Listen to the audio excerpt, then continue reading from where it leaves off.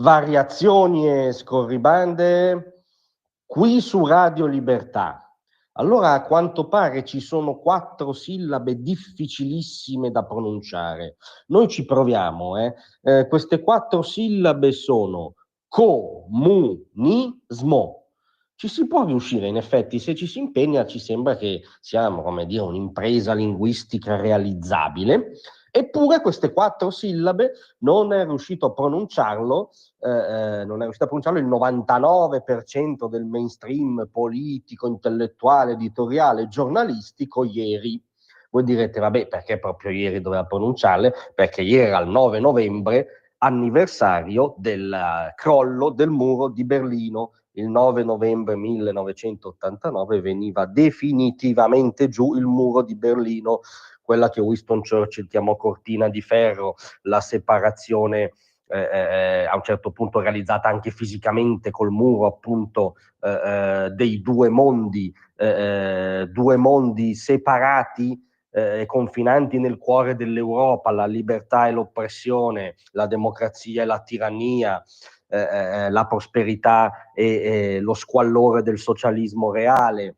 Quello era il muro di Berlino, no? Allora voi sapete che i giornali sono avvezzi a imbastire paginate su qualunque sottoanniversario di quinto ordine, già solo appunto per riempire le pagine.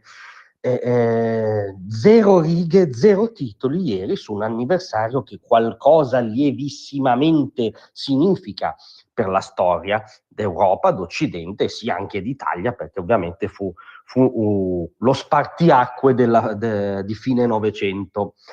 Figuriamoci i vari capi e capetti di quello che oggi è un centro-sinistra che avrebbe fatto i conti con quella storia, quindi non avrebbe nessun problema a pronunciare quelle 4 sillabe, comunismo. Nessuno dei leader li pronuncia e nessuno addirittura ricorda la caduta del muro, se non il cabarettista Angelo Bonelli, che avrebbe fatto meglio a non ricordarla, però perché ha avuto veramente il colpo di reni comico di collegarlo a, virgolette, un altro muro che oggi resiste, quello voluto da Netanyahu a Gaza.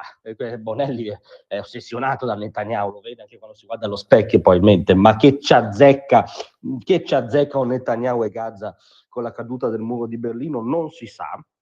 Rimane il fatto che c'è un'altra parola che circola ogni giorno nelle nostre giornate, nel nostro dibattito, che è fascismo. Non solo il 25 aprile, dove giustamente questa parola viene sottolineata perché si festeggia la liberazione da quel volto del totalitarismo, ma fascismo è una parola che circola ogni giorno, no? Viene scomodato, che ne so, se si parla dei rapporti tra familiari della Premier garante della privacy, per dire, no? È subito fascismo. Se si parla di Salvini che critica gli 827 scioperi della CGIL, di cui 828 al venerdì, è subito fascismo. Il fascismo circola sempre. Il comunismo non riescono a citarlo nemmeno il giorno in cui si celebra la caduta del muro di Berlino. E forse perché non siamo d'accordo con quello che è successo, con quello che abbiamo alle spalle, con cosa è stato il Novecento. Forse perché costoro proiettano le loro ossessioni ideologiche, le loro paturnie ombelicali, i loro riti sempre più stantii, pseudo-intellettuali nel passato, per cui esiste quello che Umberto Eco chiamava il fascismo eterno, esiste sempre e solo quello, e tutta la storia recente è sostanzialmente una lotta tra fascismo e antifascismo. Poi invece ci sarebbero proprio dei poveracci, gente che non conta nulla, come Hannah Arendt, la grande filosofa che ha riflettuto e che ha coniato la categoria di totalitarismo, come Karl Popper, grande maestro della libertà, come il filosofo francese Raymond Aron, che in era di conformismo gauchista teneva il punto sulla libertà occidentale. Tutti questi pensatori ci hanno detto che il mostro del secondo Novecento si chiamava totalitarismo e aveva 2 facce. Il nazifascismo, da cui è giustissimo festeggiare la liberazione, quella vera però, non quella retorica, e un altro che si chiamava comunismo, che per decenni ha sequestrato le vite e le libertà sostanzialmente di metà della popolazione europea, che il 9 novembre 89 cadde, che fu un grandissimo giorno di libertà.